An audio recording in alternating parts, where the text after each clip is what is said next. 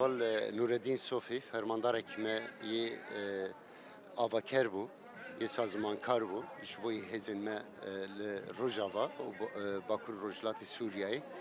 Her wiha ji bo sazîn Rojava û Bakur Rojhilatê Sûriyeyê jî xwedî rolekî girîng bû.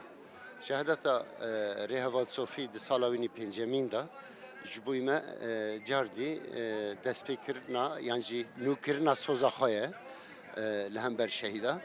O dişopa şehîda da berdewamkirine hetanî ku armanc û xeyalên şehîda pêkanîne. Ji ber ku Rêheval Sofi di pîvan da di mebada da di meqayîsa da ji bo me hertim wê bingehê hemû gavên me be wî jî vî rengî kar kir. Hem de avakirina sazîn Rojava da hem de avakirina hêzên Rojava da hev di pêşengtiya qewatê da xwedî rolekî vî rengî bû. Her wiha hemû stratejiyên ku danîne hetan heme pê encam girtine.